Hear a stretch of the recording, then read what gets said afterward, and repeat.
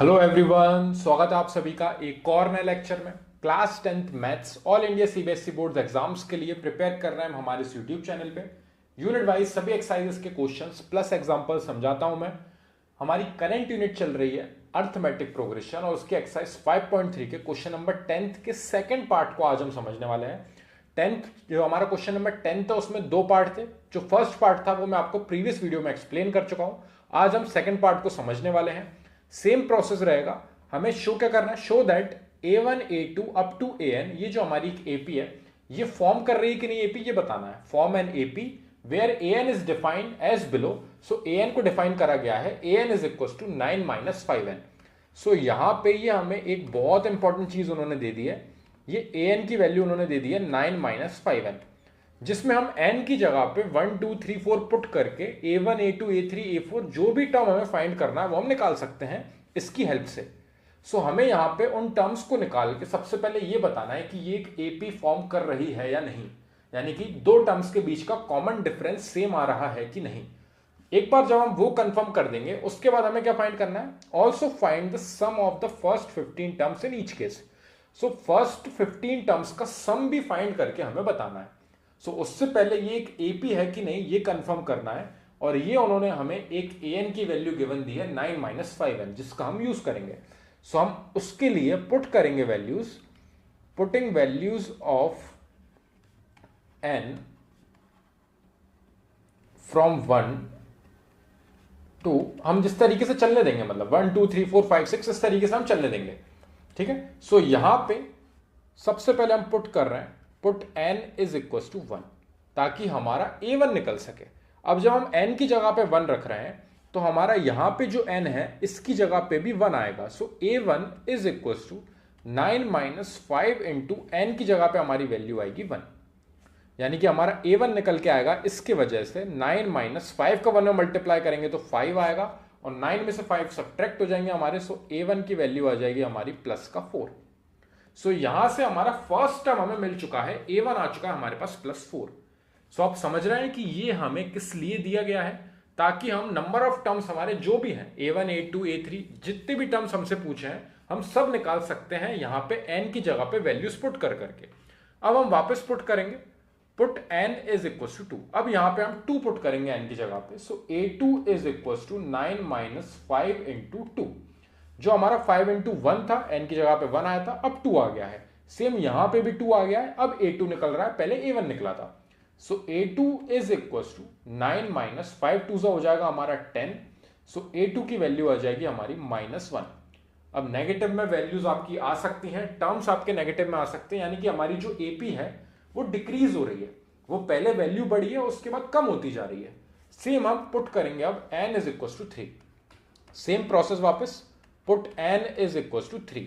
सो a3 निकलेगा जिसकी help से हमारा, सो 9 - 5 इंटू n की जगह पे हमने रखा 3। सो 9 - 5 3 हो जाएगा हमारा 15। 15 में से 9 सब्ट्रैक्ट होंगे तो हमारी वैल्यू बचेगी -6। सो a3 हमारा निकल के आया है -6। अब आपके पास 3 टर्म्स आ चुके हैं जो कि सफिशिएंट होते हैं एक एपी डिफाइन करने के लिए। सो a1 a2 a3 and so on, इस तरीके से जाएगा हमारा an तक। सो जिसमें हम a1 की जगह पे रख सकते हैं वैल्यू कितनी, 4। a2 की जगह पे हम वैल्यू लिखेंगे -1। a3 की जगह पे हमारी वैल्यू आएगी -6 एंड सो ऑन, इस तरीके से चलता जाएगा। सो यहां से हमारा जो पैटर्न बन रहा है उसके अकॉर्डिंग हम सबसे पहले ये देखते हैं कि ये एपी फॉर्म कर रहा है कि नहीं। सो एपी फॉर्म कर रहा है कि नहीं उसको फाइंड करने के लिए आपको सेकेंड टर्म में से फर्स्ट टर्म को सब्ट्रैक्ट करना है, तो आपको कॉमन डिफरेंस मिलेगा। सेम आप जब थर्ड टर्म में से सेकेंड टर्म को सब्ट्रैक्ट करोगे तब भी आपको कॉमन डिफरेंस मिलेगा। सो -1 में से जब हम सब्ट्रैक्ट कर रहे हैं, a1 की जगह पे क्या आएगा आपका 4। देखिए a2 की जगह पे -1, a1 की जगह पे 4, -1 - 4 इज इक्वल टू d। तो आप देख सकते हैं -5 आपका निकल के आया कॉमन डिफरेंस। वो यहां से आपको क्लियर वेरीफाई भी हो रहा है कि 4 से -1 हो गई है वैल्यू, तो 5 सब्ट्रैक्ट कर दिया गया है। सो -5 करने की वजह से -1 पे पहुंचे। और यहां पे भी आपको क्लियरली दिख रहा है कि -5 का ही डिफरेंस है, लेकिन उसको हम और वेरीफाई कर लेंगे a3 में से a2 को सब्ट्रैक्ट करके। a3 की जगह पे हमारी वैल्यू आएगी -6 में से सब्ट्रैक्ट करेंगे -1 को। अब याद रखना ये फॉर्मूले में A3 में से A2 सब्ट्रैक्ट हो रहा है। A3 की जगह पे मेरा -6 आया, ये माइनस साइन जो फॉर्मूले में था वो मैंने लिखा, और A2 की जगह पे -1 का जो माइनस साइन है वो अलग से ब्रैकेट में बंद कर दिया।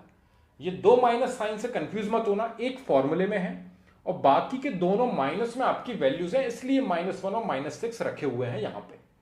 सो -6 और ये माइनस माइनस आपका +1 हो जाएगा is equal to D। Solve करने के बाद आपको वैल्यू मिलेगी -5, जो कि सेम आ रही है यहां पे भी और यहां पे भी, यानी कि दो टर्म्स के बीच में सेम डिफरेंस है, इसलिए ये एक AP फॉर्म कर रहे हैं। कोई से भी दो टर्म्स के बीच का डिफरेंस आप फाइंड करोगे आपको AP ही मिलेगी। सो -6 के बाद हमारा अगला टर्म A4 कितना हो जाएगा, -11। 5 और हम यहां पे सब्ट्रैक्ट कर देंगे तो नेक्स्ट टर्म पे पहुंच जाएंगे।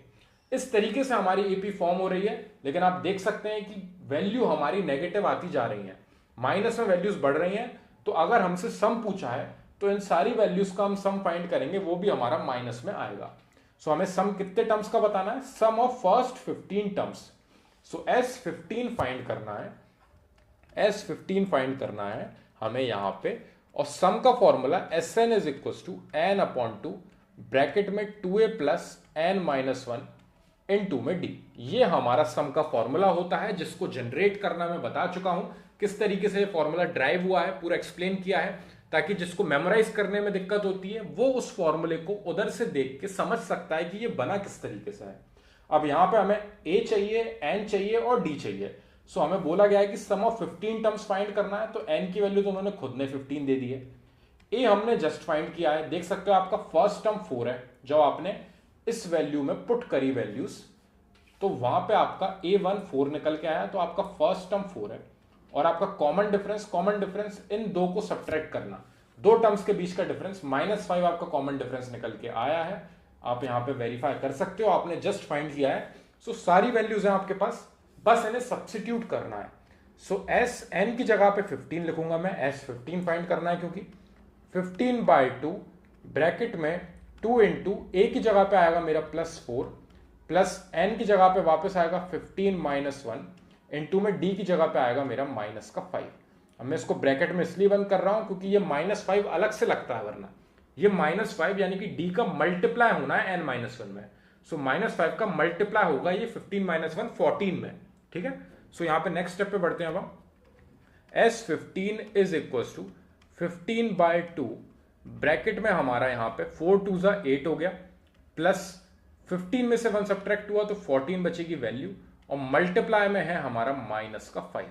इसको और मल्टीप्लाई करेंगे अब हम। So S15 is equal to 15/2 same लिखेंगे क्योंकि ये कैंसिल आउट नहीं हो रहा है। यहां पे आ जाएगा हमारा 8, और यहां पे 14 का -5 में मल्टीप्लाई करेंगे तो माइनस में वैल्यू आएगी। 14 5 हमारा होता है डायरेक्टली 70। सो यहां पे 14 5 हमने 70 लिखा, और माइनस का इसलिए आया क्योंकि माइनस के 5 का मल्टीप्लाई हो रहा है 14 में। सो यहां पे 8 हम सब्ट्रैक्ट करेंगे 70 में से। सो 15/2 मल्टीप्लाई में हमारी वैल्यू आ जाएगी, S15 फाइंड कर रहे हैं हम। 70 में से 8 सब्ट्रैक्ट होगा, याद रखना एक प्लस का एक माइनस का है, बस याद रखना 70 बड़ी वैल्यू है जो नेगेटिव है, तो माइनस का साइन साथ में आएगा, और 70 में से 8 जाएंगे तो 62 बचेंगे। सो यहाँ पे माइनस का 62 आ गया है। अब इस माइनस साइन को मैं सबसे पहले सबसे आगे लिख देता हूं ताकि कंफ्यूजन नहीं होगा। सो -15 मल्टीप्लाई बाय 62 अपॉन में 2। तो अब ये माइनस साइन मैंने सबसे आगे पहुंचा दिया है। इन दी एंड जब हम प्रोडक्ट कर देंगे तो हमारा माइनस में आंसर आएगा, लेकिन उससे पहले ये 2 से कैंसिल आउट कर लेते हैं। ये 31 टाइम्स कैंसिल आउट हो जाएगा हमारा यहाँ पे। सो यहाँ पे वैल्यू आएगी -15 मल्टीप्लाई बाय 31।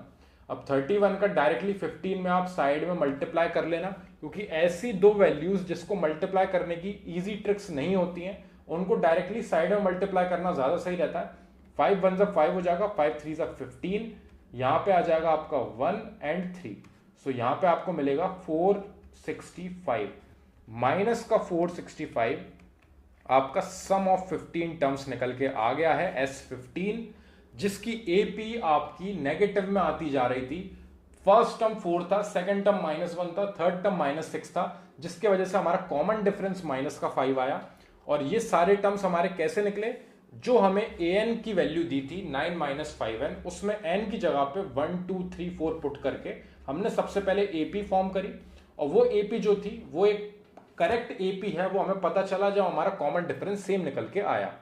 सो हमारे पास फर्स्ट टर्म भी मिला हमें 4, कॉमन डिफरेंस भी हमें मिला -5 और नंबर ऑफ टर्म्स हमें 15 इसलिए क्योंकि सम ऑफ 15 टर्म्स फाइंड करने को बोला था। सो एस 15 फाइंड किया हमने, n की जगह पे 15, a की जगह पे 4, d की जगह पे -5।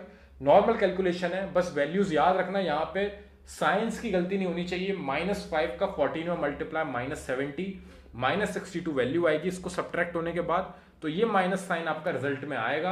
15 इंटू 62 डिवाइडेड बाई 2, 2 से कैंसिल आउट हुआ 31 बचा ऊपर आपका, 31 का 15 में मल्टीप्लाई माइनस का 465 आपका final answer sum of 15 terms. So यहां पे हमारा क्वेश्चन होता है कंप्लीट। ये सेकंड पार्ट था, 2 ही पार्ट थे इसमें। फर्स्ट वाला मैं एक्सप्लेन कर चुका था प्रीवियस वीडियो में और सेकंड वाला हमने आज इस वीडियो में समझ लिया है। सो आई होप आपका ये वाला डाउट क्लियर कर चुका हूं मैं। अगर फिर भी कोई दिक्कत लगे तो मेरे को कमेंट सेक्शन में जरूर डिस्क्राइब करना, ताकि मैं उसको पहले सॉल्व करूं और फिर हम नेक्स्ट क्वेश्चन पे बढ़ सकें। Thank you very much for watching this video.